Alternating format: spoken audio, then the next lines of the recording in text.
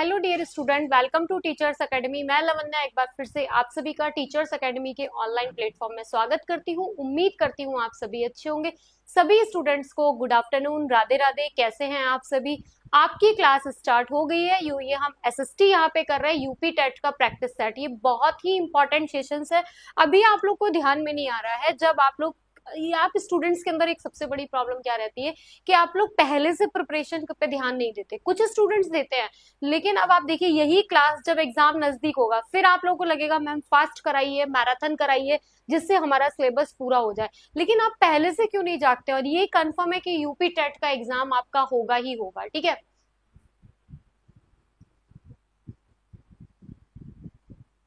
Himanshu ji, good afternoon, good morning, good morning. ठीक, चलिए सभी स्टूडेंट्स को, हाँ हाँ हाँ, ठीक ठीक ठीक, सभी स्टूडेंट्स को गुड मॉर्निंग। चलिए अब हम स्टार्ट करते हैं अपने सेशन को। ये हमारा सेशन स्टार्ट हो गया है और बहुत इंपॉर्टेंट सेशन है, इसको हम स्टार्ट करने जा रहे हैं। देखिए, ये हमने इसमें हम यूपी टेट के जो एग्जाम्स हुए हैं उसमें पीवाईक्यू के एसएसटी के क्वेश्चंस को लगा रहे हैं। देन कुछ टाइम हम ऐसे ही करेंगे, फिर उसके बाद में हमारी क्लासेस ऐसे ही चलती रहेंगी। अभी मैं आपको बोल रही हूँ ना, एनसीईआरटी वाले कुछ क्वेश्चंस नए मैं आप लोगों के लिए लेके आऊंगी, तो आप लोग देखेंगे। ठीक है, पिंटू जी गुड मॉर्निंग। एक बार सभी स्टूडेंट क्लास को, अपने दोस्तों को, फ्रेंड्स को शेयर करेंगे और हम अपनी क्लास को स्टार्ट करते हैं। और आज की क्लास का हमारा जो फर्स्ट क्वेश्चन स्टार्ट होगा, देखिए पहले हम आपको एक इन्फॉर्मेशन दे देते हैं। यूपी टेट का 2026 का हमारे यहाँ ये नया बैच प्रारंभ हो रहा है, जिसमें आपको पूरा कोर्स मिलेगा, 10 मॉडल पेपर मिलेंगे, विषयवार नोट्स भी सारे टीचर्स अपने अपने नोट्स जो हैं, जिस भी टीचर के जो इंपॉर्टेंट नोट्स हैं वो प्रोवाइड कराएंगे। लाइव एंड रिकॉर्डेड क्लासेस मिलेंगी, कुछ क्लासेस लाइव मिलेंगी, कुछ रिकॉर्डेड मिलेंगी। तो सभी स्टूडेंट अगर हमारे यूपी टेट के बैच से जुड़ना चाहते हैं तो आप हमारा एप्लीकेशन डाउनलोड कर लीजिए। ये जो हेल्पलाइन नंबर है इस पर कॉल कर लीजिए, पूरी इन्फॉर्मेशन आपको मिल जाएगी। बाकी जो भी आपको अगर किसी भी चीज में डाउट है, कंफ्यूजन है, तो आप इसमें, ठीक है।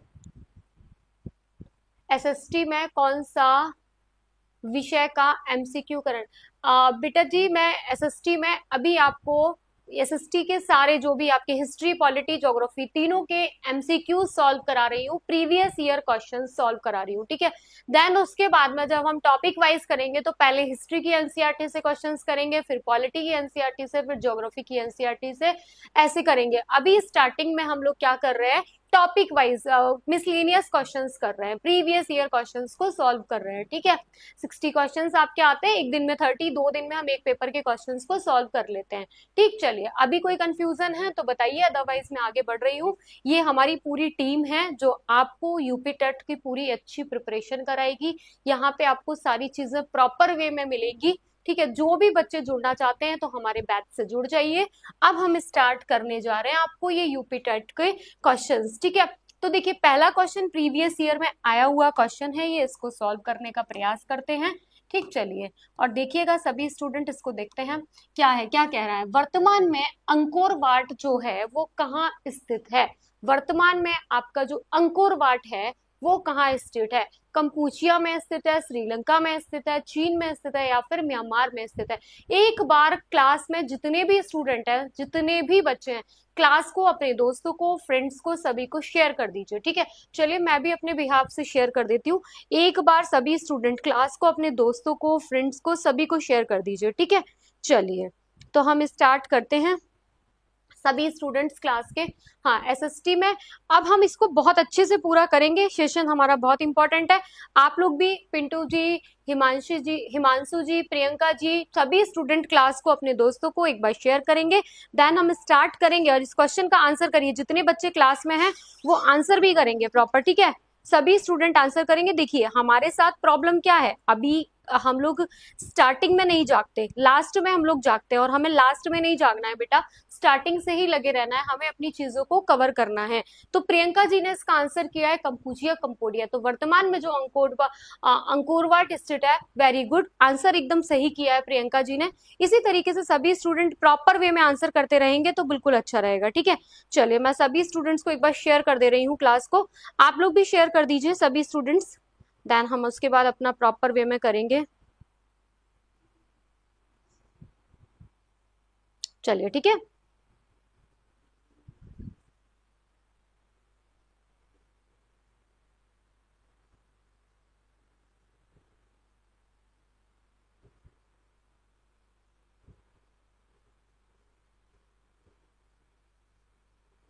चलिए आंसर बताइए।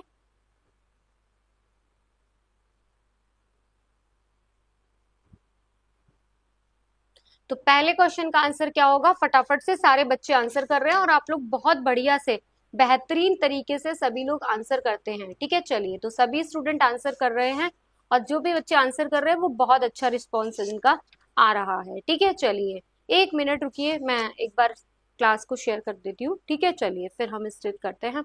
तो देखिए कंपोडिया में स्थित है, यह किसका, भगवान विष्णु को समर्पित है। यह जो मंदिर है वो किसको समर्पित है, ये कंकोरवाट में जो कंपोडिया में स्थित है, तो यह मंदिर किसको, भगवान विष्णु जी को समर्पित है। भगवान विष्णु जी को समर्पित है।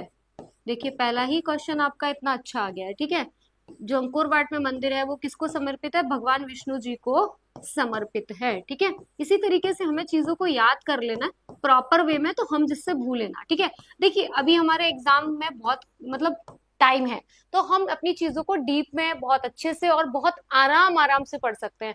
फिर लास्ट में जब एग्जाम नजदीक आ जाता है ना, तब हमें बहुत दिक्कत होती है, तो हमें अपनी चीजों को फिर पढ़ने में बहुत ज्यादा दिक्कत होती है। ठीक है, इसीलिए हम कह रहे हैं कि एक बार आप एग्जाम नजदीक नहीं है, आप अच्छे से पढ़ लीजिए अभी। ठीक है, भारत में मध्य युग में किस साम्राज्य में कन्नौज पर शासन किया गया था। ये कन्नौज वाला क्वेश्चन मैंने आप लोगों को बताया है कि भारत में मध्य युग में किस पे कन्नौज पर शासन किया गया था। तो क्वेश्चन देखेंगे हम, पहला राठौर, गुर्जर, प्रतिहार, चौहान, पाल, बताइए किस पर किया गया था। ये मैं अभी परसों आपको जो क्वेश्चन करा रही थी, 1 मिनट रुकिए, परसों जो मैं आपको क्वेश्चन करा रही थी वहां पे मैंने आपको इसको कराया है। ठीक है, वहां पे मैंने इसको कराया है, आपको कराया है ना।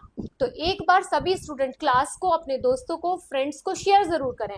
पिंटू जी आप शेयर कर दीजिए, हिमांशु जी शेयर कर दीजिए, और प्रियंका कुमारी जी, मीनाक्षी जी, सभी स्टूडेंट क्लास को एक बार सभी को, अपने दोस्त फ्रेंड्स जो भी है उनको शेयर कर दीजिए। और इसको देखिए, कन्नौज पर शासन प्राप्त करने के लिए ट्रिप्टाइल संघर्ष हुआ था या नहीं हुआ था, त्रिपक्षीय संघर्ष हुआ था या नहीं हुआ था। कन्नौज पर जो संघर्ष को करने के लिए कौन सा हुआ था, शासन करने के लिए त्रिपक्षीय संघर्ष हुआ था। त्रिपक्षीय संघर्ष, तो त्रिपक्षीय जो संघर्ष हुआ था वो किस किस के बीच में हुआ था, कोई बता सकता है क्या, कोई बच्चा बता सकता है कि त्रिपक्षीय संघर्ष किस किस के बीच में हुआ था, इसमें कौन कौन थे। पूछा भी जाता है कि ट्रिप्टाइल जो हुआ था आपका कॉन्फ्लिक्ट, वो किस किस के बीच में हुआ था। तो त्रिपक्षीय संघर्ष हमारा, त्रिकोणीय संघर्ष जिसे कहते हैं, वो किसकी शुरुआत कहाँ पे की थी, है ना। इसकी शुरुआत वत्सराज ने की थी। वत्सराज ने कन्नौज के शासक गुर्जर प्रतिहार वंश, है ना, गुर्जर। चलिए ठीक है, तो किस में होगा, इसका आंसर क्या होगा, क्वेश्चन नंबर, तो क्या कह रहा है, कन्नौज पर शासन किया था, किसने किया था, गुर्जर प्रतिहार ने शासन किया था। किसने किया था, गुर्जर प्रतिहार ने शासन किया था। एक बार क्लास को आप लोग अपने दोस्तों को, फ्रेंड्स को, सभी को शेयर कर दीजिए। ठीक है, क्लास में एक बार सभी स्टूडेंट्स क्लास को शेयर करें। प्रियंका जी क्या हुआ, क्लास में आपका रिस्पॉन्स नहीं आ रहा है, फटाफट से रिस्पॉन्स करें, रिस्पॉन्स करें प्रियंका जी, चलिए फटाफट रिस्पॉन्स करो और क्लास को शेयर भी करिए। ठीक है, क्लास को रिस्पॉन्स करें और शेयर करें। ठीक, चलिए फटाफट से सभी स्टूडेंट्स, हाँ हाँ वेरी गुड। चलिए अब आपका नेक्स्ट क्वेश्चन आता है स्क्रीन पर, देखिए वृद्धेश्वर मंदिर स्थित है तंजौर में, उड़ीसा में, कालीकट में, दक्कन में, बताइए जो वृद्धेश्वर मंदिर है वो कहाँ पर स्थित है, बताइए।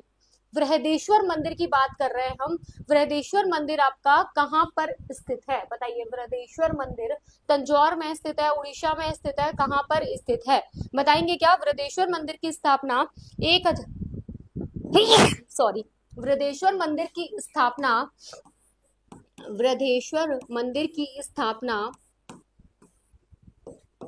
1010 ईस्वी में हुई थी, कहाँ पे, 1010 ईस्वी में कहाँ पे हुई थी, बताइए।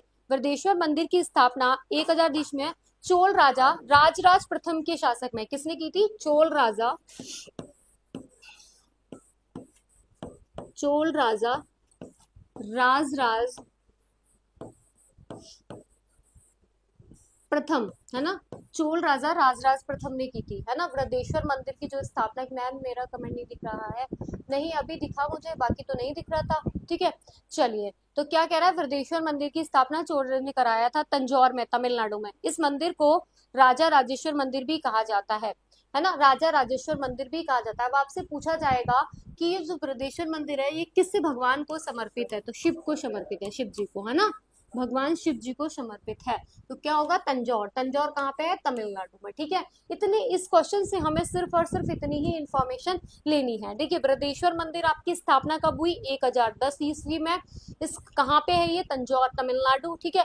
किसने इसकी स्थापना की, चोल राजा राजराज प्रथम ने। और ये मंदिर कौन से भगवान को समर्पित है, तो ये मंदिर शिव जी को समर्पित है। यहाँ तक किसी भी सिंगल स्टूडेंट को अगर कोई दिक्कत है तो मुझे कमेंट करके पूछ लीजिए, अदरवाइज फिर मैं आगे बढ़ती हूँ, ठीक है। किसी सिंगल स्टूडेंट को कोई दिक्कत है बताइए, तो फिर नहीं तो फिर हम आगे बढ़ने का प्रयास करते हैं। नेक्स्ट क्वेश्चन पर आते हैं। शाहनामा किसके द्वारा लिखी गई थी, उमर खयाम के द्वारा, फिरदौसी के द्वारा, शेख खादी के द्वारा, या फिर कौटिल्य के द्वारा। शाहनामा जो आपकी लिखी गई है वो किसके द्वारा लिखी गई है, बताइए। शाहनामा, एक बार आप लोग जितने भी स्टूडेंट अभी क्लास में हैं, सभी स्टूडेंट क्लास को अपने दोस्त फ्रेंड्स जो भी हैं सभी को एक बार शेयर कर दीजिए, ठीक है। तो देखिए शहनामा किसके द्वारा लिखी गई थी, शहनामा जो आपकी पुस्तक है वो किसके द्वारा लिखी गई है, बताइए फटाफट से। उमर ख़याम के द्वारा, किसके द्वारा लिखी गई है, शहनामा जो पुस्तक है वो किसके द्वारा लिखी गई है। प्रियंका जी इसका आंसर कर रही है फिरदौसी। बाकी क्या क्लास में सारे बच्चे, इतने सारे स्टूडेंट्स हैं तो कोई सिंगल स्टूडेंट प्रियंका जी के अलावा कोई आंसर नहीं करेगा, सारे स्टूडेंट आंसर किया करें, सब रिस्पॉन्स किया करें अपना। तो शहनामा किसके द्वारा लिखी गई है, तो बेटा जो शहनामा पुस्तक है महमूद गजनवी के दरबारी, है ना। शहनामा जो पुस्तक है वो किसके द्वारा लिखी गई है, फिरदौसी। तो ये फिरदौसी कौन थे, महमूद गजनवी के दरबारी थे, है ना, दरबारी कवि थे, ठीक है। महमूद गजनवी के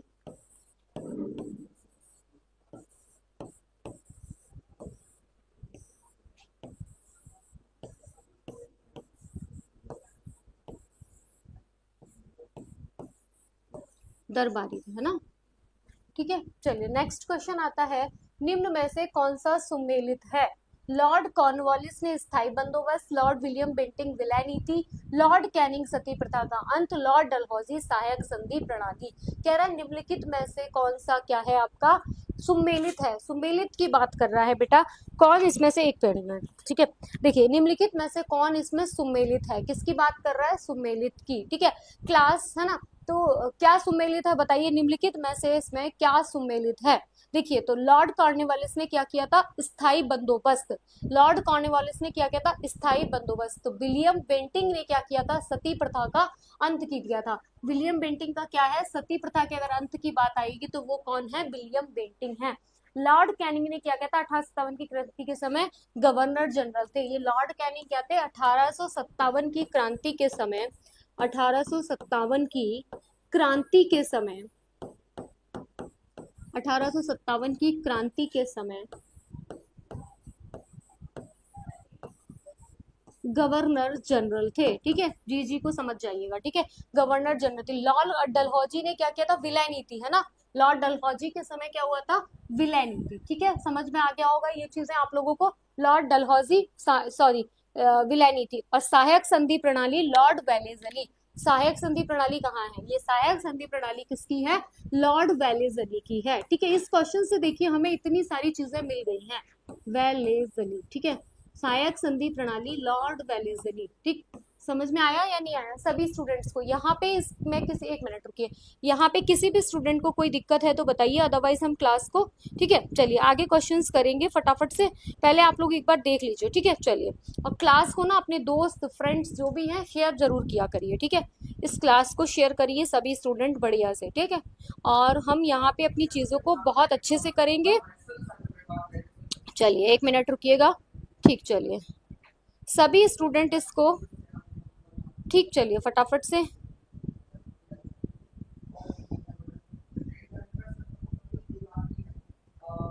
चलिए फिर, ठीक है। अब आपका आता है नेक्स्ट क्वेश्चन, आता है स्क्रीन पर देखिएगा।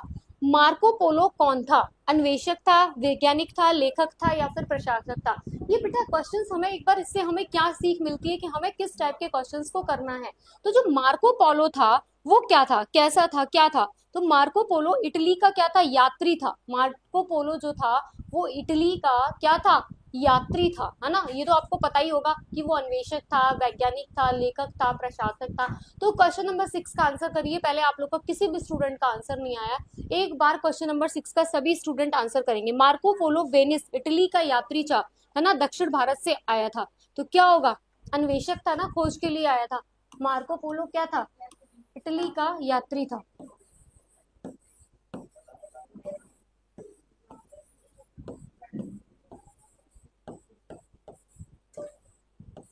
मार्को पोलो क्या था, इटली का यात्री था। नेक्स्ट क्वेश्चन आता है, निम्नलिखित में से देखिए, अब आप लोगों का इसी तरीके से क्लासेस चलती रहेंगी। अब आपकी ये 6 क्लास है आज, अब कल 7। अब मैं आपको कुछ एनसीईआरटी के क्वेश्चंस कराऊंगी। कल से आपकी क्लास में एनसीईआरटी के क्वेश्चंस रहेंगे, ठीक है। कल से आपकी क्लास में जो क्वेश्चंस रहेंगे वो किसके रहेंगे, एनसीईआरटी के क्वेश्चंस रहेंगे, ठीक है। आपकी क्लास में जो कल से क्वेश्चन रहेंगे वो एनसीईआरटी के क्वेश्चंस रहेंगे, ठीक है। चलिए, निम्नलिखित में से प्रथम भारतीय समाचार पत्र था the Tribune, Times of India, Bengal Gazette, the Young India. बताइए, प्रथम भारतीय समाचार पत्र जो है वो किसका है, बताइए। प्रथम भारतीय समाचार पत्र, दी ट्रिब्यून, जो ये तो बहुत इजी क्वेश्चन है, कोई भी बच्चा इसको बता सकता है। बंगाल गजट था। प्रथम भारतीय जो समाचार पत्र था वो क्या था, बंगाल गजट था। प्रथम भारतीय क्या था, बंगाल गजट था, जिसे 1818 में जेम्स हिक्की ने प्रकाशित किया था। इसको क्या था, बंगाल गजट, इसको 1818 में 1818 में जेम्स हिस्की ने प्रकाशित किया था। जेम्स हिस्की ने इसको जेम्स हिस्की ने प्रकाशित किया था। इसे जेम्स हिस्की ने हिक्की ने प्रकाशित किया था, है ना। अंग्रेजी भाषा का हिक्की है ये, sorry, James Hickey, James Hickey था। और इसका आंसर क्या होगा, 13वीं शताब्दी में अंत में दक्षिण भारत आया था ये, ठीक है।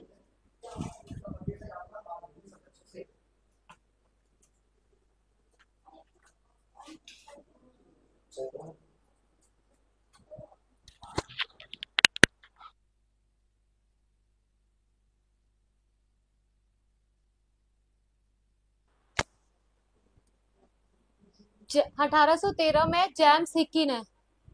प्रियंका जी, मैम जी मुझे पता है आप की तरह पढ़ा किस तरह पढ़ाती हैं, इसीलिए मैं आपकी क्लास में जाती हूँ। Thank you.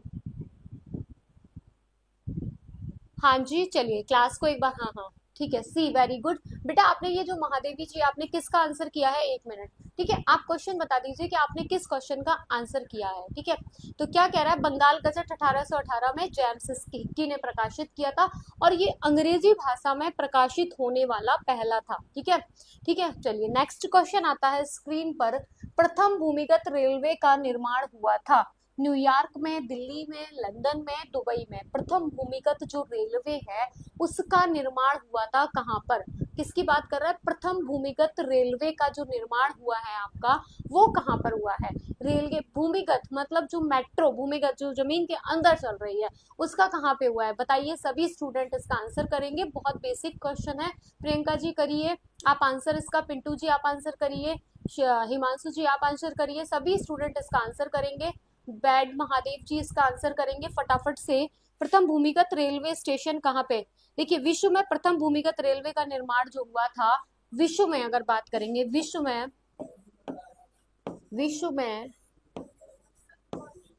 प्रथम भूमिगत रेलवे का निर्माण, विश्व में प्रथम भूमिगत रेलवे का निर्माण, विश्व में प्रथम भूमिगत रेलवे का निर्माण लंदन में हुआ था। कहाँ पे हुआ था, भूमिगत रेलवे का निर्माण लंदन में,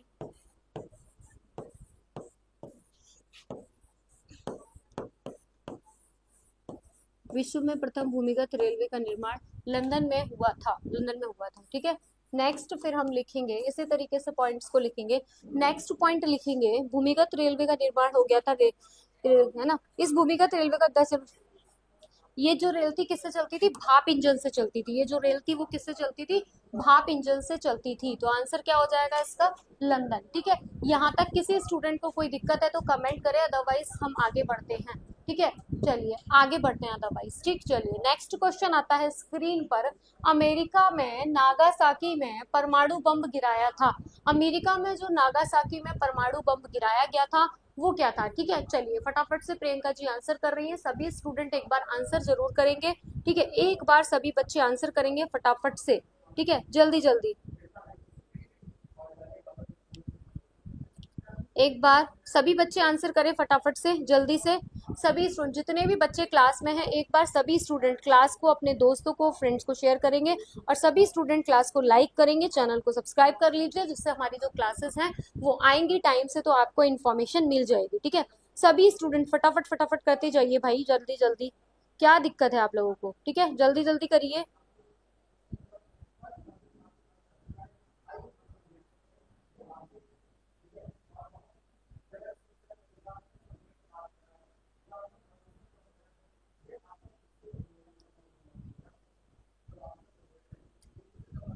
चलिए, निम्नलिखित में से पहला क्वेश्चन। ठीक है, अमेरिका के तो द्वितीय विश्व युद्ध के दौरान अमेरिका के दो, है ना, कहाँ पे हुआ था ये? 9 अगस्त। क्या होगा आंसर इसका? 9 अगस्त 1945 को। क्या होगा? नहीं नहीं नहीं नहीं, क्या हो गया इसका आंसर? नहीं नहीं नहीं, गलत बता रही हैं आप। 9 अगस्त 1900, 6 अगस्त तथा नागासाकी पर, और नागासाकी देखिए 6 अगस्त तथा 9 अगस्त 1945 को परमाणु बम गिराया गया था, दो दो जगह पे। ठीक है, एक पे कहाँ पे गिराया गया था? द्वितीय अमेरिका और जापान के दो शहरों हिरोशिमा और तथा नागासाकी पर। 6 अगस्त 1945 की बात करेंगी आप तो ये हिरोशिमा पर गिराया गया था। किस पर? हिरोशिमा पर। ठीक है प्रियंका जी, देखो आपका एक कंफ्यूजन दूर हो गया। अब दूसरा आपका 9 अगस्त 1945 को अगर गिराया गया था तो वो नागासाकी पर। किस पर गिराया गया था? नागासाकी। तो आपका इस क्वेश्चन का आंसर, अगर आप क्वेश्चन के अकॉर्डिंग जो पूछा गया है, वो क्या हो जाएगा? बी हो जाएगा। ठीक है, यहाँ तक किसी स्टूडेंट को कोई दिक्कत है तो बताइए। आप लोग एक बार क्लास को, एक बार अपने दोस्त, फ्रेंड्स सभी को शेयर कर दीजिए। लिटरली मैं आप लोगों को ये बात बता रही हूँ कि ये सेशन आपके लिए इतना इंपॉर्टेंट होगा। मैं आपके एग्जाम तक आपको इतने क्वेश्चंस करा दूंगी कि आपको पीवाईक्यू घर पे लगाने की जरूरत नहीं पड़ेगी। यहाँ पे आपका पीवाईक्यू पूरा अच्छे से प्रिपेयर हो जाएगा। देन एनसीईआरटी के भी काफी सारे क्वेश्चंस मैं आपको कवर करा दूंगी। ठीक है, तो आप लोगों को बिल्कुल भी कोई बहुत ज्यादा मतलब वो करने की जरूरत नहीं है। हाँ, नहीं देखिए, नागासाकी पर जो परमाणु बम गिराया गया था, देखिए प्रियंका कुमारी जी इसको याद कर लीजिए आप। द्वितीय विश्व युद्ध के दौरान अमेरिका ने जापान के दो शहरों पर गिराया था। तो हिरोशिमा पर 6 अगस्त को, है ना, गिराया था, और नागासाकी पर 9 अगस्त को गिराया था। ठीक है प्रियंका जी, एक बार देख लीजिएगा। ठीक है बेटा, ऐसे ओके। चलिए नेक्स्ट क्वेश्चन आता है स्क्रीन पर हमारा, देखेंगे। नागरिक सुरक्षा संगठन की स्थापना किस वर्ष की गई थी? देखिए, जब नागरिक की बात आ गई है तो भारतीय संविधान में नागरिकता का उल्लेख है कि नहीं? तो भारतीय संविधान में जो नागरिकता का उल्लेख है, भारतीय संविधान में नागरिकता जो उल्लेख है वो किस में है? भाग 2 में है। भारतीय संविधान के भाग 2 में नागरिकता का उल्लेख किया गया है। आर्टिकल उसमें कौन कौन सा? अनुच्छेद क्या है आपका? 12 क्या है बताइए? अनुच्छेद भारतीय 5 से क्या है? 11। अनुच्छेद 5 से 11 में भारतीय संविधान के, और इसका उल्लेख किया गया नागरिकता का। ठीक है, भारत में कैसी नागरिकता प्रणाली? एकल नागरिकता प्रणाली, एक हरी, है ना, क्योंकि हमारे यहाँ कोई भी ऐसा नहीं है कि स्टेट का नागरिक अलग होगा, भारत का नागरिक अलग होगा, ऐसा नहीं है। वो we the people of India, हम भारत के नागरिक है ना, हम भारत के हैं। तो जैसे ऐसा नहीं है कि उत्तर प्रदेश का कोई अलग नागरिक है, हरियाणा का अलग नागरिक है, राजस्थान का अलग नागरिक है, और हमें उत्तर प्रदेश भारत देश की एक अलग से नागरिकता लेनी पड़ रही। नहीं, हमारी सब क्या होती है? भारत, है ना। तो जो इलेक्शन, हम जो नागरिकता जो हमें मिल रही है वो सिर्फ कहाँ से मिल रही है? हमारे यहाँ इकहरी नागरिकता का प्रावधान है। बाकी जब मैं नागरिकता पढ़ाऊंगी तो बहुत अच्छे से डिस्कस करेंगे। यहाँ पे क्वेश्चन आ गया है तो मैं थोड़ा सा डिस्कस कर देती हूँ। तो भारतीय संविधान के पूछा जाएगा नागरिकता किस भाग में है? तो 2 में, है ना। तो नागरिकता का जो उल्लेख है वो कहाँ? 5 से 11 तक। कितने प्रकार की नागरिकता है, ये सब चीजें हम पूरा जब नागरिकता टॉपिक पढ़ेंगे उसमें डीप डिस्कशन के साथ पूरा पढ़ेंगे। अब क्वेश्चन पूछा, नागरिक सुरक्षा संगठन की जो स्थापना की गई थी वो कब की गई थी? 1960 में, 1961 में, 1962 में, 1963 में? एक बार सभी बच्चे कमेंट करेंगे, देन बताएंगे। तो जो किस में की गई थी? भारत में नागरिक सुरक्षा की जो स्थापना की गई थी 17 नवंबर 1962 को की गई थी। नागरिक सुरक्षा की जो स्थापना, पूरी डेट भी पूछ सकता है बेटा, तो कब की गई थी? 17 नवंबर 1962 में की गई थी। कब की गई थी? 17 नवंबर 1962 में नागरिक सुरक्षा की बात की गई थी। ठीक है, समझ में आ गया होगा आपको। नेक्स्ट क्वेश्चन आता है, बाल कल्याण से संबंधित अंतर्राष्ट्रीय संस्था क्या है? जो बाल कल्याण मतलब बालकों के जो कल्याण के लिए है, वो अंतर्राष्ट्रीय संस्था है, वो क्या होगी? प्रियंका जी एक बार आप चेक कर लीजिएगा, फिर भी कोई दिक्कत होगी तो हम डिस्कस कर लेंगे। ठीक है, चलिए कोई बात नहीं, आप लोगों को परेशान नहीं होना है। और क्लास में बच्चों की संख्या को बढ़ना जरूरी है, क्योंकि आप लोगों को, मुझे तो कोई दिक्कत नहीं है, प्रॉब्लम आप लोगों को होगी लास्ट में, जब आप लोग फिर क्लास में जब नहीं रहते हैं ना, तब आपको बहुत दिक्कत होती है। इसलिए मैं कह रही हूँ कि क्लास में आप लोग रुके रहिए, पूरे टाइम तक क्लास में प्रॉपर वे में रहिए। ठीक है, फिर आप लोगों को चीजें सही समझ में आएंगी। ठीक है, चलिए नेक्स्ट क्वेश्चन करिए।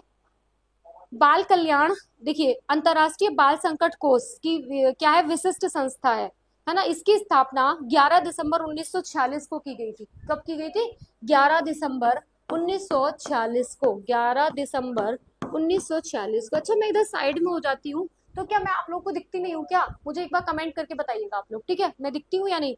तो नागरिक सुरक्षा संगठन की जो स्थापना की गई थी वो किस वर्ष की गई थी? और बाल कल्याण जो किसका, यूनिसेफ। ठीक है, अच्छा यूनिसेफ की फुल फॉर्म क्या है, क्या बच्चे बता सकते हैं? कमेंट बॉक्स में कमेंट करिए। सिंगल बच्चा इस क्लास में तो ऐसे हैं आप लोग, किसी भी क्लास कमेंट ही नहीं करते हैं, बताते ही नहीं है कि क्या चल रहा है क्या नहीं चल रहा है। ठीक है, कोई भी सिंगल स्टूडेंट कमेंट करके बताता ही नहीं है कि मैम इस तरीके से आप इसको हमें बता दीजिए। ठीक है, और क्लास को ना शेयर कर रहे हैं आप, ना कुछ कर रहे हैं, है ना। चलिए क्लास में एक बार सभी बच्चे क्लास को अपने दोस्त फ्रेंड सभी को शेयर कर दीजिए। और देखिए कौन सा देश दक्षिण सार्क का सदस्य नहीं है। मैं आप लोगों को जो भी महत्वपूर्ण, जैसे सार्क है ना, जितनी भी इंपॉर्टेंट जो है वो सारी चीजें मैं आपको एक बार याद करा दूंगी। अफगानिस्तान, म्यांमार, मालदीव, भूटान। मैंने लास्ट जो परसों की क्लास कराई थी, जो रेगुलर बच्चे क्लास में रहते हैं उनको इसका आंसर पता होगा, है ना। तो क्या होगा इसका आंसर? जो परसों वाले बच्चे हैं वो इस क्वेश्चन का आंसर बताएंगे। ठीक है, मेरा जीएस तैयार हो रहा है। बिल्कुल प्रियंका कुमारी जी, बिल्कुल हो रहा है। आप एक बार प्रियंका जी वहां वाले बच्चों को भी बोल दीजिए कि वो भी इस क्लास को ज्वाइन कर ले। ठीक है, इन्फॉर्म कर दीजिएगा आप एक बार सभी स्टूडेंट्स को। प्रियंका जी एक बार इन्फॉर्म जरूर करिएगा। ठीक है, आप इन्फॉर्म करिए सभी स्टूडेंट्स को, तो वो लोग आएंगे फिर। ठीक है,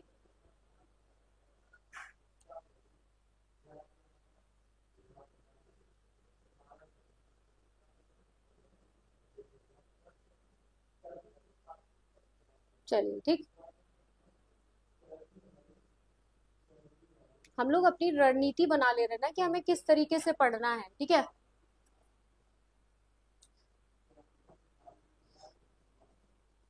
नहीं नहीं भाई, दक्षिण एशियाई सहयोग संगठन सार्क किसकी स्थापना कब हुई थी? 1925 में। कब हुई थी? 1925 में। सार्क का जो गठन हुआ है वो 1925 में हुआ है। ठीक है, अच्छा मुझे समझ में, ठीक है। अब देखिए सार्क में कौन कौन से देश शामिल है, लिख लीजिए।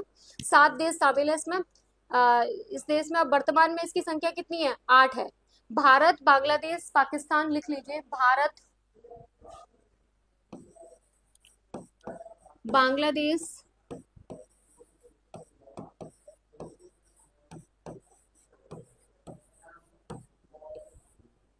भारत, बांग्लादेश, पाकिस्तान,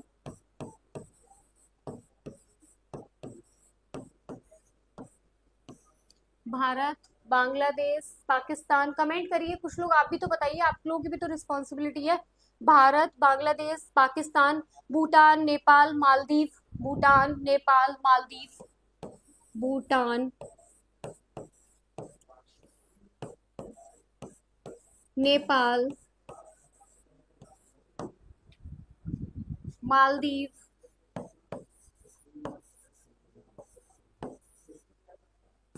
अफगानिस्तान,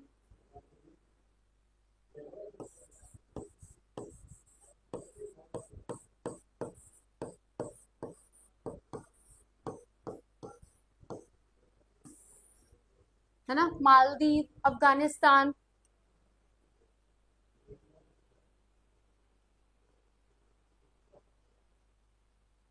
श्रीलंका। सिर्फ प्रियंका जी आंसर करती हैं, और एक जो क्या है ये, बैड महादेवी जी, बस बाकी कोई और बच्चा आंसर ही नहीं करता है क्लास में सब, लेकिन आंसर किसी का नहीं आ रहा है। श्रीलंका, ठीक, चलिए। तो आंसर क्या देखें अब इसमें से क्या नहीं है? म्यांमार है नहीं, तो आंसर क्या हो जाएगा इसका? म्यांमार। ठीक है, निम्नलिखित याद कर लीजिए कौन कौन से नहीं है। भारत, बांग्लादेश, पाकिस्तान, भूटान, नेपाल, मालदीव, ये नहीं है। ठीक है, चलिए नेक्स्ट क्वेश्चन आता है स्क्रीन पर। निम्नलिखित में से कौन सी सबसे लंबी नदी है? देखिए, गोदावरी, महादेवी, महानदी, कृष्णा नदी, कावेरी नदी, कौन सी सबसे लंबी नदी है? ये कह रहा है आपसे कि कौन सी सबसे लंबी नदी है। तो प्रश्न में उल्लेखित सभी नदियां क्या है? प्रायद्वीपीय नदियां। और प्रायद्वीप की सबसे लंबी नदी क्या है? गोदावरी, जिसकी कितनी है? 1665। 1665 क्या होगा इसका? गोदावरी का क्या होगा? 1665 इसकी किलोमीटर लंबाई है। ठीक है, मैंने एक बार शायद आप लोगों को कराया भी था, है ना? ये क्वेश्चन मैंने आप लोगों को पहले क्वेश्चन में इसकी लंबाई लिखाई थी। क्यों प्रियंका जी? लिखाई थी ना, बताइए। 1465 किलोमीटर, है ना? पता नहीं आपको क्यों, हाँ करते नहीं है ना कमेंट। 1465 किलोमीटर। अभी एक्टिव नहीं है इसको लेके बच्चे, है ना? धीरे धीरे हो जाएंगे।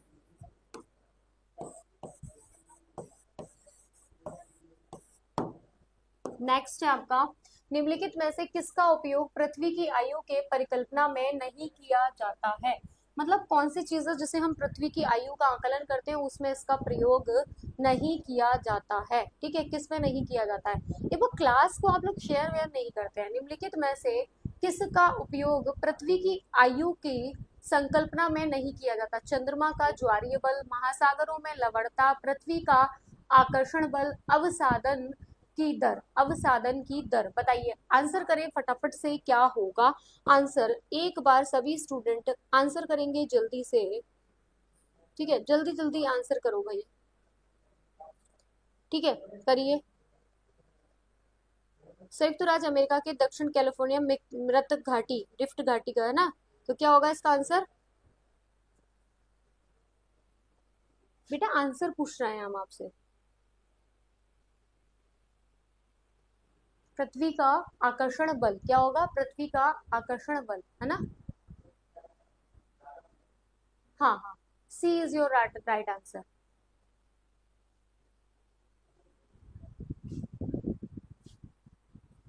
एक मिनट, एक मिनट। क्या होगा? पृथ्वी का आकर्षण बल। ठीक है, नेक्स्ट है आपका, संयुक्त राज्य अमेरिका के दक्षिण कैलिफोर्निया में स्थित मृतक घाटी मतलब डेथ वैली निम्नलिखित में से किसका उदाहरण है? मपतन घाटी का, पूर्ववर्ती घाटी का, रिफ्ट घाटी का, अवसादन घाटी का, अवसादन की दर का। बताइए किसका है? एक बार आंसर्स करें आप लोग फटाफट फटाफट, सारे बच्चे जल्दी जल्दी आंसर किया करो आप लोग ना।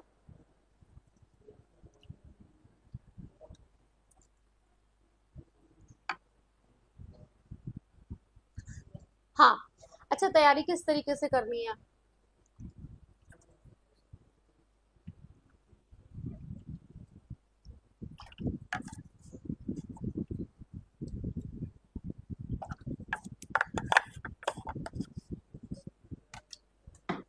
तैयारी की बात है तो देखो, आप लोग जितने भी बच्चे एसएसटी की तैयारी कर रहे हैं, अगर मेरी क्लासेस में बहुत बड़ी बात नहीं कहती, प्रियंका जी जानती हैं कि मैंने पहले भी कराया हुआ है ये सारी चीजें, तो आप लोग इतना याद रख लीजिए कि ये सब चीजें आपको ज्यादा कुछ नहीं करना है इसमें। ठीक है, बहुत ज्यादा कुछ नहीं करना है आपको, बस सिर्फ और सिर्फ एनसीईआरटी पढ़ लीजिए और पीवाईक्यू लगा लीजिए, हो जाए। बहुत भारी नहीं है, लेकिन प्रैक्टिस करनी पड़ेगी। आप सोचिए कि एग्जाम से 10 दिन पहले आके हम पढ़ ले, तो 10 दिन पहले पढ़ के तो सीटेट भी पास नहीं होता है। ठीक है, तो इस चीज को याद रख लीजिए। और बहुत दिन बाद यूपी टेट का एग्जाम हो रहा है, तो एग्जाम का अब सारे एग्जाम्स का लेवल हाई हुआ है, तो यूपी टेट के एग्जाम का लेवल क्यों नहीं हाई होगा? आप लोग समझ क्यों नहीं रहे इस चीज को? ठीक है, इस चीज को समझिए और एकदम से ध्यान में रखिए। ठीक है, और क्लास को ना सभी लोग एकदम से शेयर वेयर कर दिया करिए फटाफट से। ठीक है, संयुक्त राज्य अमेरिका के दक्षिण कैलिफोर्निया में जो स्थित है मृतक घाटी, दैट वैली, है ना, जिसे कहते हैं डेथ वैली, निम्नलिखित में से किसका उदाहरण है? अपनत की घाटी, पूर्ववर्ती घाटी का, रिफ्ट घाटी का, या फिर अवसादन की दर का? बताइए फटाफट से आंसर करेंगे एक बार सभी स्टूडेंट कमेंट करके, क्या होगा इसका आंसर? ठीक है, तो देखिए, संयुक्त राज्य अमेरिका के ना कैलिफोर्निया में स्थित है, तो किसका उदाहरण है ये तो आप लोग भी जानते हैं, बहुत बेसिक क्वेश्चन है। रिफ्ट घाटी का उदाहरण है, भ्रंश घाटी जिसको हम कहते हैं। ठीक है, चलिए क्वेश्चन नंबर 15 का आंसर सभी स्टूडेंट्स को पता चल गया है क्या होगा। नेक्स्ट क्वेश्चन आता है स्क्रीन पर। मेयोन ज्वालामुखी पर्वत स्थित है संयुक्त राज्य अमेरिका में, हवाई द्वीप में, चिली में, फिलीपींस में। मेयोन ज्वालामुखी जो है आपकी वो पर्वत स्थित है संयुक्त राज्य अमेरिका में स्थित है, हवाई द्वीप में स्थित है, चिली में स्थित है, या फिर कहाँ पे स्थित है आपका फिलीपींस में स्थित है। आंसर करते जाओ फटाफट फटाफट, क्या होगा एक बार, है ना, जल्दी से। तो मेयोन ज्वालामुखी आपका कहाँ पे स्थित है, बहुत बेसिक क्वेश्चन है, सभी बच्चों को इसका आंसर पता है और आंसर भी आप लोग सही कर रहे हैं। तो फिलीपींस में स्थित है मेयोन्स जो आपका है, मेयोन ज्वालामुखी आपका कहाँ पे है, फिलीपींस में स्थित है। नेक्स्ट क्वेश्चन आता है, निम्नलिखित में से किन जिलों में भारत की सबसे बड़ी अब्रक मतलब अब्रक मेखला पाई जाती है। बालाघाट और छिंदवाड़ा में, उदयपुर और अजमेर अलवर में, हजारीबाग गया और मुंगेर में, सलेम और धर्मपुरी में। आंसर करेंगे बच्चे सभी स्टूडेंट्स, जितने भी बच्चे क्लास में हैं सभी लोग पढ़े लिखे हैं, बहुत अच्छा रिस्पांस कर रहे हैं क्लास में। तो आंसर क्या होगा, हजारीबाग गया और मुंगेर में। क्या कह रहा है आपको, निम्नलिखित में से, क्या क्वेश्चन देखिए, निम्नलिखित में से जिलों में से, है ना, क्या कह रहे हैं, निम्नलिखित जिलों में से, है ना, एक मिनट ठीक है माइक, ओके, निम्नलिखित जिलों में से भारत की सबसे बड़ी अब्रक मेखला पाई जाती है हजारीबाग गया और मुंगेर में। किसमें पाई जाती है, हजारीबाग गया और मुंगेर में, ठीक है, हजारीबाग गया और मुंगेर में पाई जाती है। 17 का आंसर क्या होगा, सी होगा। चलिए ठीक, नेक्स्ट क्वेश्चन आता है स्क्रीन पर। संयुक्त राज्य अमेरिका के वृहद मैदान में प्रवाहित होने वाली गर्म, शुष्क व धूल भरी पवन को कहा जाता है। बिक्रफील्डर कहा जाता है, ब्लैक रोलर कहा जाता है, सोरोको कहा जाता है, या फिर मिस्ट्रॉल कहा जाता है। क्वेश्चन नंबर 18 और 18 का एक बार आंसर करेंगे आप। क्या कह रहा है, संयुक्त राज्य अमेरिका के किसमें, वृहद मैदान में प्रवाहित होने वाली जो गर्म, शुष्क एवं धूल भरी पवन है ना, कैसी गर्म, शुष्क और धूल भरी जो पवन है उसको हम क्या कहेंगे, क्या कहेंगे, बेकरफील्डर, ब्लैक रोलर, सिरोको, बताइए क्या हो गया ये एक बार। ओहो, एक मिनट रुक जाइए सभी स्टूडेंट्स, ये क्या होगा,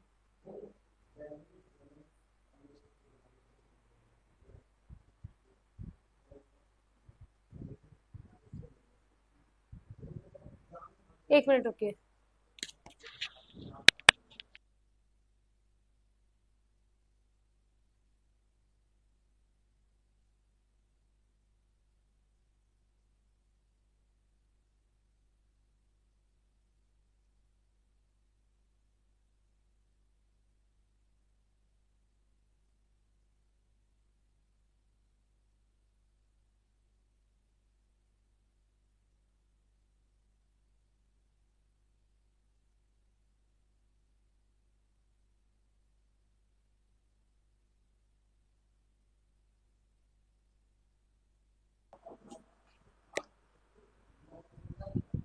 हाँ, फिलीपींस उसका आंसर होगा, एकदम सही प्रियंका जी, आपने उसका आंसर सही किया, फिलीपींस। हाँ, आप पूछ रहे थे कि किस तरीके से हमें प्रिपरेशन करनी है, तो अभी ये आंसर आएगा, तब तक मैं आपको बता देती हूँ। आप लोग ना उसमें एनसीईआरटी 6 to 8 की, तो मैं आपको एनसीईआरटी के क्वेश्चंस कराऊंगी, प्रीवियस ईयर के जो एनसीईआरटी के क्वेश्चंस हैं, एनसीईआरटी से क्वेश्चंस आए हैं, तो एनसीईआरटी से बीच में लाइन टू लाइन क्वेश्चंस आते हैं, वो चीजें हमें सॉल्व करनी है, ठीक है। तो हम उन क्वेश्चंस को सॉल्व करने का प्रयास करेंगे। मैं आपको एक बार एनसीईआरटी की थ्योरीज अच्छे से पढ़ाऊंगी, वहां पे आपको सारी चीजें क्लियर हो जाएंगी, किस तरीके के क्वेश्चंस हैं, क्या है, सब चीजें आपके सारे डाउट्स क्लियर हो जाएंगे, ठीक है। तो देखिए, संयुक्त राज्य अमेरिका के वृहद मैदान में प्रवाहित होने वाली गर्म, शुष्क एवं धूल भरी पवन को क्या कहा जाता है। बिक्रफील्डर कहा जाता है, ब्लैक रोलर कहा जाता है, सोरोको कहा जाता है, या फिर मिस्ट्रॉल कहा जाता है। क्वेश्चन नंबर 18 और 18 का सभी बच्चे आंसर करेंगे, बहुत अच्छे से फास्ट करेंगे। क्या होगा, क्या कह रहा है आपसे, है ना, तो क्या होगा, क्या कहा जाता है इसको, ब्लैक रोलर कहा जाता है। क्वेश्चन नंबर जो 18 है, 18 का आंसर क्या होगा, black roller, B is your right answer. क्या होगा, ब्लैक रोलर बी आंसर होगा। नेक्स्ट क्वेश्चन आता है हमारा, निम्नलिखित में से कौन सा जोड़ा गलत है, कह रहा है, London Thames, Paris Danube, New York Mississippi, Delhi Yamuna, बताइए। क्वेश्चन नंबर 19 और 19 का सभी बच्चे आंसर करेंगे। देखिए, लंदन किससे जुड़ा हुआ है आपका, हमारा किस नदी के किनारे है, थैम्स और टेम्स। लंदन है आपका थेम्स, जिसे टेम्स भी बोलते हैं, ठीक है, कुछ लोग इसको टेम्स भी बोलते हैं, ठीक। चलिए, अब आता है पेरिस आपका डेन्यूब नदी के किनारे है, ये नहीं, पेरिस आपका सीन नदी के किनारे है। पेरिस आपका क्या है, किसके है, सीन, सेन नदी, ठीक है। फिर आपका आएगा न्यूयॉर्क। न्यूयॉर्क किसके किनारे है बताइए फटाफट फटाफट। न्यूयॉर्क आपका हडसन, न्यूयॉर्क आपका क्या है, हडसन, क्या होगा, हडसन। और दिल्ली तो सबको पता है कि यमुना के किनारे है। तो आपसे क्वेश्चन पूछ रहा है निम्नलिखित में से कौन सा जोड़ा गलत है। तो इसमें आपका कौन सा जोड़ा गलत है, इसमें तो आपके पेरिस गलत है, पेरिस डैन्यूब के किनारे नहीं है, सीन नदी के किनारे है। तो B is your right answer, इसका आंसर क्या हो जाएगा, बी हो जाएगा। अब आपको हमें ये क्वेश्चन आने से ये नहीं पता चला कि हमें इसको रटना है, हमें ये पता चल गया कि इस टाइप के क्वेश्चंस हमारे पूछे जाते हैं। तो आप देखिए ये पड़ोसी देश कोई भी या फिर कोई भी देश जो हमारा चर्चा में रहा है उसकी नदी के किनारे हमें याद कर लेना, हाईलाइटेड रहा है वो पूछ लेगा। इसी तरीके से क्वेश्चंस पूछे जाते हैं। जैसे हमारे सारे स्टेट की तो हमें पता ही होनी चाहिए कौन सा कहाँ पे, ये तो सबको पता भी होगा, नहीं तो मैं ही भी पता होगा तो मैं टिप्स पर रटा दूंगी, याद करा दूंगी। विदेशों वाले आप कैसे याद करेंगे, जो बहुत ज्यादा चर्चित कोई देश चल रहा है करंट अफेयर्स में, तो उसके किनारे उसकी सारी चीजें आप पढ़ के जा सकते हैं। दूसरा, आपको जो बात प्रीवियस ईयर में क्वेश्चन पूछे गए हैं वो चीजें एटलीस्ट आपको टिप्स पर याद होनी चाहिए। तो ये सब चीजें आपको करनी पड़ेगी। क्लास को एकदम कंटिन्यू करना स्टार्ट कर दीजिए, मैं लिटरली बता रही हूँ, फिर ठीक है। बाद में आप लोग फिर कहते हैं मैम फास्ट कराइए, बहुत जल्दी कराइए, मैराथन कराइए, ठीक है वो रिवीजन के लिए बेटर है, लेकिन एक प्रॉपर तैयारी करने के लिए आपको समय चाहिए होता है, ठीक है। और याद रखना स्टडी का कभी कोई शॉर्टकट नहीं होता है, पढ़ाई कभी भी शॉर्टकट के माध्यम से नहीं कर सकते, ठीक है। लाइफ में स्टडी में अगर शॉर्टकट करोगे ना तो फिर सिलेक्शन लेना लिटरली बहुत मुश्किल हो जाएगा, ठीक है। अभी हो सकता है आपको बुरा लग रहा हो, तो मैराथन देख के या कैसे भी करके नहीं, जो मैराथन देख के वही बच्चे सक्सेस हो पाते हैं, पढ़ पाते हैं, जो लोग पहले से थ्योरी सारी चीजें पढ़े होते हैं, है ना। अगर आप कहें कि आपने कुछ नहीं पढ़ा है जीवन में और आप लास्ट मोमेंट में मैराथन देख के एग्जाम पास कर लेंगे तो मुश्किल है। मैं ये नहीं कह सकती कि कर नहीं सकते, लेकिन मुश्किल है, ठीक है। चलिए बाकी नेक्स्ट क्वेश्चन आता है, वायु की गति सामान्य जिस यंत्र से मापते हैं उसे क्या कहते हैं। स्पीड मीटर कहते हैं, विंडवेन्स कहते हैं, बैरोमीटर कहते हैं, एनीमोमीटर कहते हैं। ये अब इस क्वेश्चन से हमें ये पता चल गया कि कौन से किस मीटर के क्वेश्चन से, ये आपका ज्योग्राफी से रिलेटेड क्वेश्चन है, हमें इस क्वेश्चन को किस तरीके से पढ़ना है। तो यहाँ पे हमें ये पता चल जाता है कि किस टाइप के क्वेश्चन कहाँ से पूछे जा रहे हैं, वो हमें उसके आंसर्स दे दे के कर लेने हैं, ठीक है। देखिए अभी यही बच्चे क्लास में संख्या कितनी कम है, अभी आप देख लीजिए क्लास में कुछ स्टूडेंट्स को, जरा सा रुक जाइएगा, तो जब फॉर्म फिल होने लग जाने दीजिए, एग्जाम की डेट आने दीजिए, बच्चे संख्या भर भर के आएंगे। तो भाई क्या है कि आप सिर्फ एग्जाम के टाइम ही जागते हैं, बाकी टाइम आप सोते रहते हैं। लेकिन तैयारी करने का सबसे सटीक तरीका ये है कि हमें पीसफुल माइंड होके पहले से अच्छे से अपनी चीजों को प्रिपेयर करना है, देन उसके बाद में हमें उसमें आगे बढ़ने का प्रयास करना है। तो वायु की गति सामान्यतः जिस यंत्र से मापते हैं उसको हम क्या कहते हैं। देखो बेटा वायु की गति हम मापते हैं किससे, एनीमोमीटर से। किससे मापते हैं, तो बाकी मैं तीनों आपको याद करा देती हूँ क्लास में ही। एनीमोमीटर की सहायता से वायु की गति, बैरोमीटर से वायु दाब, बैरोमीटर से क्या नापते हैं, वायु दाब। वायु दाब को हम कहाँ से नापते हैं, बैरोमीटर से नापते हैं। फिर आपका नेक्स्ट आता है, देख लीजिए, है ना, वायु दाब को स्पीडोमीटर से मापते हैं। विंडवेन से हवा की दिशा मापी जाती है। जो विंडवेन है आपका, इससे क्या मापी जाती है, हवा की दिशा। विंडवेन से हवा की दिशा मापी जाती है। देखिए इस क्वेश्चन के माध्यम से आपको इतनी चीजें मैंने क्लियर करा दी, बहुत ज्यादा भर भर के एकदम दे दो फिर चीजें याद ना हो। तो वायु की सामान्य गति हम किससे नापेंगे, एनीमोमीटर से। लेकिन वायु की दिशा हम किससे मापेंगे बताइए, हवा की दिशा विंडवेन से। विंडवेन हवा की दिशा मापने के लिए होता है। बैरोमीटर से हम क्या मापते हैं, वायु दाब मापते हैं। वायु की गति किससे मापते हैं, एनीमोमीटर से। वायु की गति अगर पूछेगा तो एनीमोमीटर, है ना। अगर विंडवेन फिर आपका वायु दाब, ठीक है, समझ में आ रहा है। और विंडवेन आपका हवा की दिशा और बैरोमीटर आपका वायु दाब। नेक्स्ट क्वेश्चन आता है, कोयले का सर्वाधिक उपयोग होता है ऊर्जा उत्पादन में, लोहा एवं इस्पात यंत्रों में, रेलवे में, वाष्पीय जहाजों में। क्या कह रहा है कि जो कोयले का उपयोग होता है वो सबसे ज्यादा कहां पर होता है, क्वेश्चन आपका पूछा जा रहा है। तो भारत में कोयले का जो उपयोग है वो किस में होगा, ऊर्जा उत्पादन में, है ना, एनर्जी के लिए सबसे ज्यादा उपयोग होता है। क्वेश्चन को इस तरीके से आप पढ़ेंगे तो फिर ऑप्शंस को थोड़ा ध्यान से देखेंगे तो आंसर सारे क्वेश्चंस लगभग एनसीईआरटी से आपके सॉल्व हो जाएंगे, अगर प्रॉपर वे में आपने उसको अच्छे से पढ़ा है तो।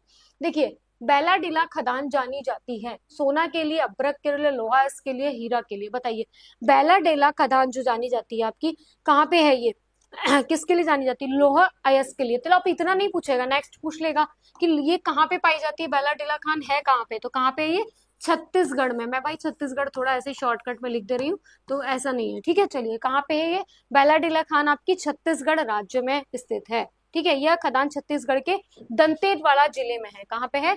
छत्तीसगढ़ के दंतेवाड़ा, दंतेड़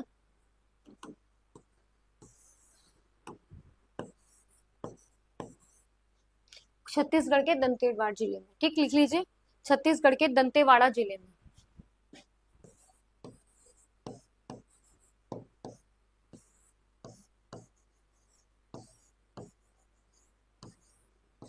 ठीक, नेक्स्ट क्वेश्चन आता है, संयुक्त राष्ट्र महासभा में मानव अधिकारों की घोषणा कब की गई थी?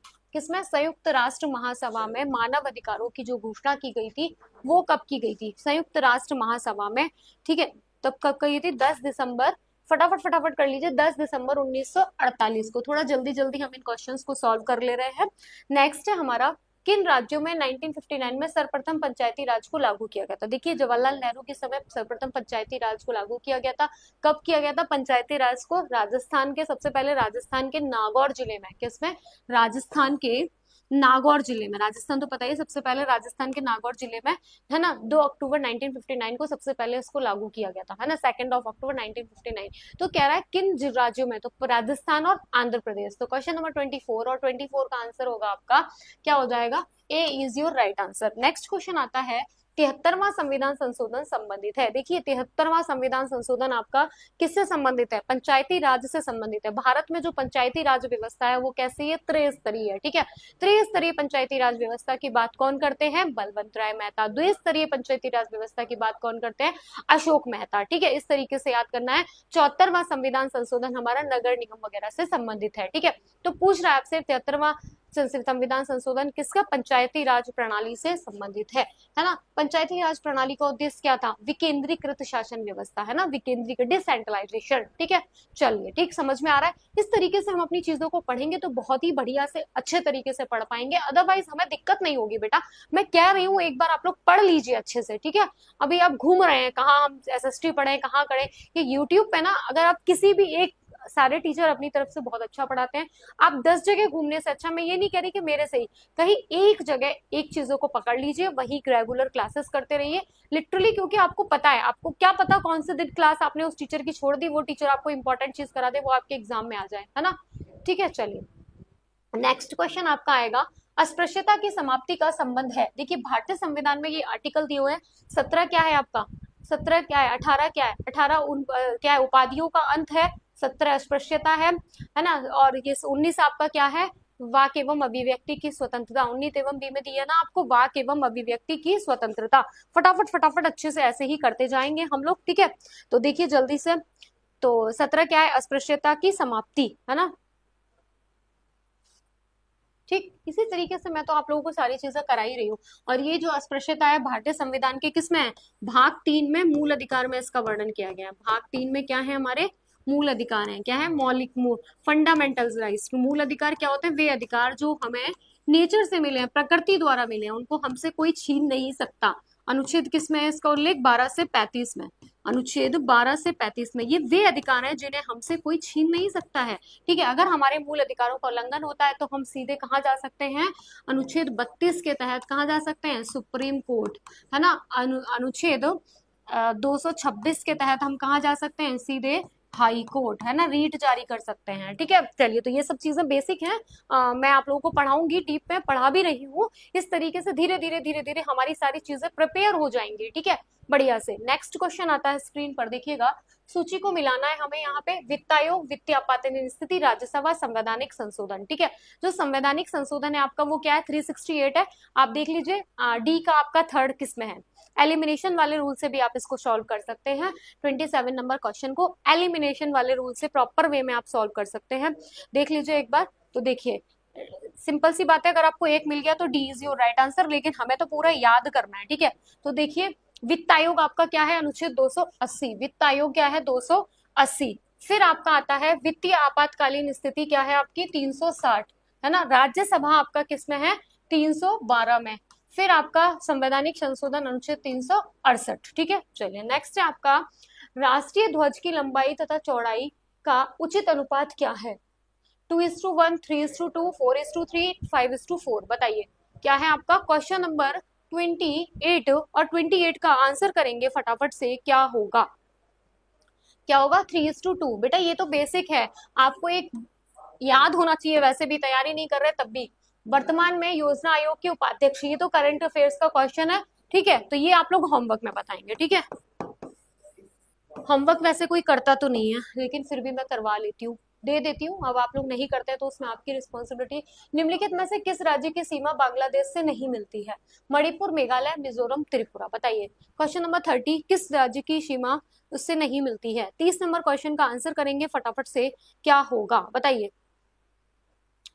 तो मणिपुर की सीमा बांग्लादेश से नहीं मिलती है। देखिए आपके मैंने 30 क्वेश्चंस 50 मिनट में करा दिया है। ऐसे ही अभी हम ये तो सिर्फ और सिर्फ टोटली पीवाईक्यू कर रहे हैं। नेक्स्ट सेशन जो हमारे स्टार्ट होंगे परसों से या मंडे से, उसमें हम क्या करेंगे, 15 क्वेश्चंस तो पीवाईक्यू रखेंगे, ठीक है, और 15 क्वेश्चंस हम रखेंगे न्यू क्वेश्चन जो एनसीईआरटी बेस्ड होंगे। कैसे होंगे? एनसीईआरटी बेस्ड होंगे, ठीक है। तो उस तरीके से हम उस क्वेश्चन को सॉल्व करने का प्रयास करेंगे, ठीक है। चलिए इस तरीके से हम पूरे सिलेबस को कवर करेंगे, ठीक। चलिए मिलते हैं फिर कल। सभी स्टूडेंट 11 बजे हमारी क्लास की टाइमिंग है, क्लास को ज्वाइन करिएगा। होमवर्क क्वेश्चन का सभी आंसर करेंगे। अगर किसी स्टूडेंट को कोई दिक्कत है तो कमेंट बॉक्स में कमेंट करके पूछ सकते हैं। चलिए ठीक है, ओके बाय, टेक केयर सभी स्टूडेंट्स को, कल मिलते हैं।